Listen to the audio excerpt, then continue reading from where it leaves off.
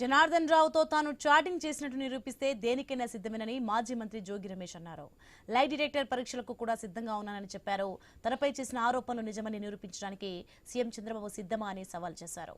చంద్రబాబు ఆయన కుటుంబ సభ్యులతో కలిసి ప్రమాణం చేయడానికి వస్తారని నిలదీశారు.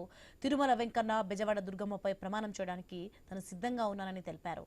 కావాలనే తనను అనగదొక్కేందుకు కుట్ర చేస్తున్నారని జోగి రమేష్ ఆరోపించారు.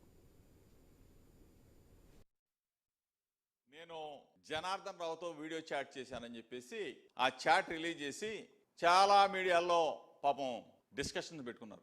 నా ఫోన్ ఎప్పుడైనా ఎక్కడైనా నేను జనార్దన్ రావుతో చాట్ చేశానని చెప్పేసి నిరూపిస్తే ఏ శిక్షకైనా సిద్ధంగా ఉన్నాడు ఈ జోగి రమేష్ అని చెప్పేసి మీ ద్వారా తెలియజేస్తూ నేను లై డిటెక్టర్ టెస్ట్ కి నేను రెడీగా ఉన్నా.